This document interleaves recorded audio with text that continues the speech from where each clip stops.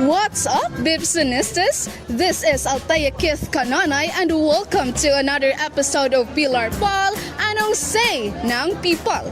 Mother's Day may already be over, but the love and sacrifices of our mothers deserve to be recognized beyond just one celebration. Kita tanani dako sa mga linyahan nga, nak, kauna, ayaw ana, ayaw ani, cellphone na pod. Usahay balik-balik. Pero as we grew older, dito nato ma-realize nga sa mga simpleng pulong nga atong nadunggan kada adlaw, dito di ay nagpuyo ang pinakatinuod nga gugma. Today, we're going around the campus to hear real stories and the heartfelt realizations from our fellow Bibsonistas about their mothers, their first home, and forever support system. Tara, Bibsonistas, ubni ko ninyo!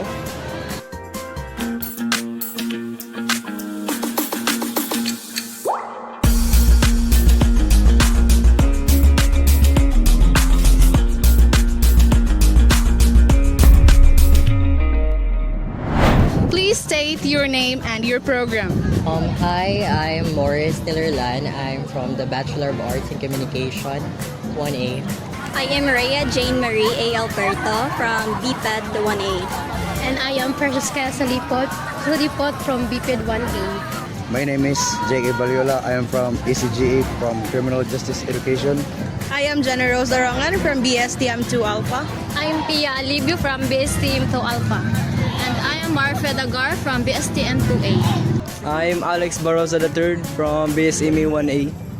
I am Jonathan Labtik from BSMA 1A. I am Loidalmar A. Sabinada from Bachelor of Science in Tourism Management. My name is Janlati Simongkal and my program is BSBA FM. Good afternoon, I am Marco Masbang from the major of Apparel and Fashion Design and STCS program. So, your first question, kumusta ang celebration yon ng Mother's Day?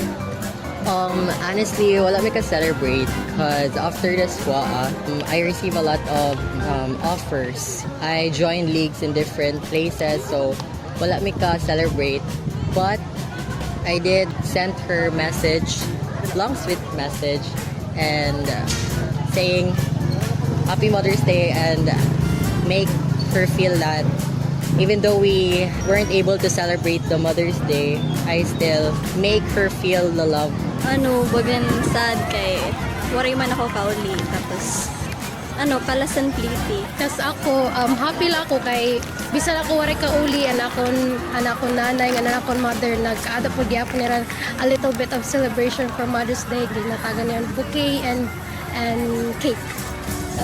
My celebration of Mother's Day, bigyan po ang aking mama ng flowers for celebrate because I love my mom and also he sacrificed of me because my mom is always protecting me and she's supporting me in this Bibso and I will become a deputy officer one day and I hope na gusto na ako matabangan akong parents sa ilang pagsakripisyo sa kuha sa pag-eskwela dito sa Bibso. I hope punta nga pares ko sa akong parents ang marathon. Thank you. So, among celebration sa Mother's Day, for me, since naman ko sa kuan, naaram ako direct na balong ko nakauli. Simple lang siya, after church, kaya nag-greet lang ko sa kumama, tawag lang ko ana. Sa ako kay okay ra, ako maingon okay ra gud. Same okay ra sa kuan naghapon nag-greet ba sa Messenger.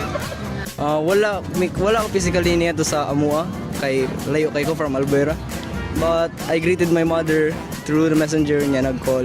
That's how I celebrated her day.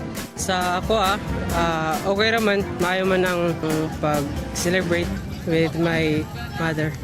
Okay siya kay nagkatiriro kami akon tita, akon mga lola, haamon balay. Dito kami nangaon, nag-celebrate on Mother's Day.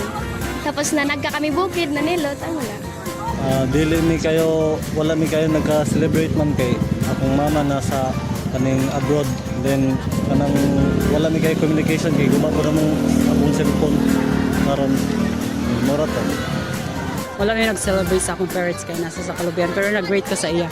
Then my grandmother also nag-celebrate me, then nag-enjoy me kay nag-outing sila tapos na-inform ko, then it's very good for me na dahil lang mag-celebrate, but most important, nakita na ako na safe sila. Second question, ano ang paborito o pinakatumatak na linyang madalas sabihin ng mama mo? Well, it would be the line, I'm so proud of you. Kasi whenever I achieve something, it's always in her mouth that comes out na she's always proud of me. Whatever I do, she's always there to support me. And she really made me feel that she's always there.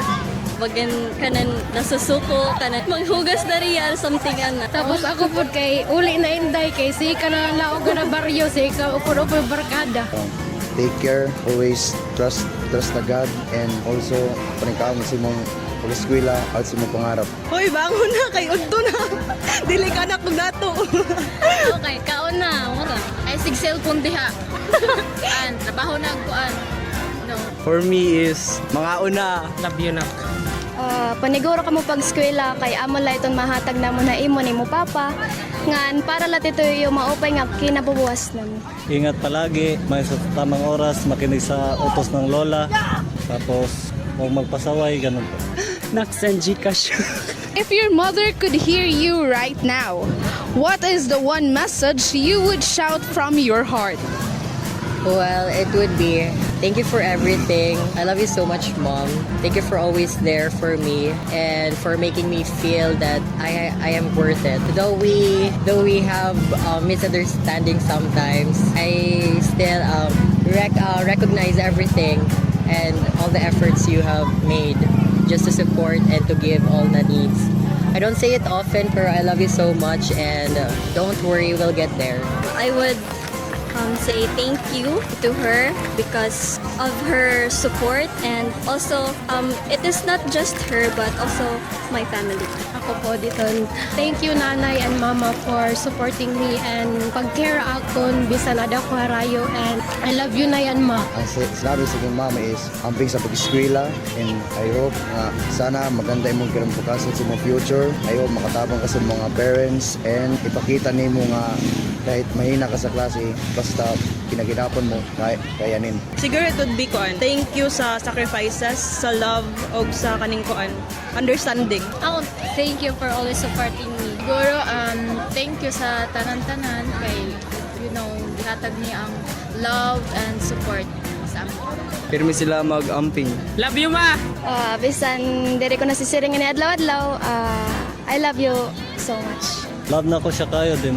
Pasalamat ko sa iyang mga sacrifice ako sa iyang gibuhat para sa ko kay labi na karon ako na lang sa nag-eskwela sa mga tulo magsuod. Kuan siya, dagan siya pero in-state la, kuan, direct to the point na always keep safe na and take care of yourself gihapon. Dili la kay kami lang ang imong permiho na hunaon, then magatag po kag time sa imong kaugalingon kay ganahan po namin mag-graduate na kauban ka, especially diri sa kalibutan. Then we love you and sana tagaan ka pa ni Lord ang hitaas na kinabuhi. As we end this episode, let's be reminded that mothers are not just people we celebrate. They are people we should cherish every single day of our lives. Pero sigurado gyud nga ang gugma sa usa ka inahan, tinuod, walay kondisyon ug walay limit. So whether it's Mother's Day or an ordinary day, don't forget to remind your mom how loved and appreciated she truly is. This has been Altaya Kith Redam Kanonoy, your host for today's episode of Pilar Paul, Anong Say ng People.